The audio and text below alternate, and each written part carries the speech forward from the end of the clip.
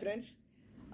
आज हम लोग गैंगटॉक में हैं और आज हमारा गैंगटॉक में दूसरा दिन है और 2 दिन से लगातार हमारी ट्रेनिंग चल रही है। दोस्तों, एक छोटी सी बात मैं आपको बताना चाहता हूं कि आज हमारे समाज के अंतर्गत या डायरेक्ट सेलिंग के अंतर्गत एक बहुत उम्दा सवाल जो सबके पास है। पूरा हिंदुस्तान आज इस डायरेक्ट सेलिंग के अंतर्गत एक सवाल से परेशान है और वो सवाल लगभग 90% लोगों का यही होता है कि जो नहीं जानता है वो तो असफल है ही, या लोगों के अंदर भ्रांतियां हैं ही।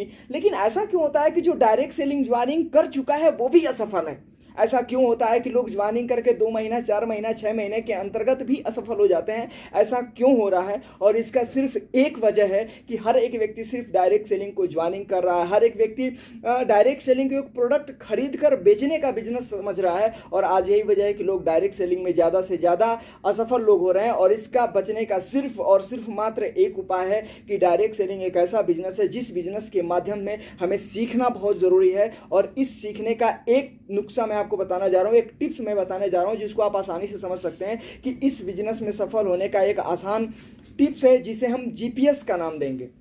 ये एक ऐसा टिप्स है जिसको हम लोग बहुत ज़्यादा दिनों से सुनते हुए आ रहे हैं कि आखिर ये जीपीएस क्या है, या फिर इन सारी चीज़ों के अंतर्गत हम इसको किसी को ट्रेस करने के अंतर्गत। लेकिन डायरेक्ट सेलिंग में आज हम जीपीएस की चर्चा कर रहे हैं कि एक डायरेक्ट सेलर को सफल होने के लिए जी क्या मतलब, आपके पास एक गोल होना चाहिए, जो एक ऐसा गोल होना चाहिए जो उसे आगे बढ़ने में उसकी मदद कर सके। और दूसरा पी, जिसके अंतर्गत उस गोल को पूरा करने के लिए उसके पास एक अच्छी सी प्लानिंग होनी चाहिए, जिसको गोल को पूरा करने के लिए हर एक टर्म एंड कंडीशन के साथ उसका एक ऐसा प्लानिंग हो जिसे वो पूरा कैसे कैसे करेगा।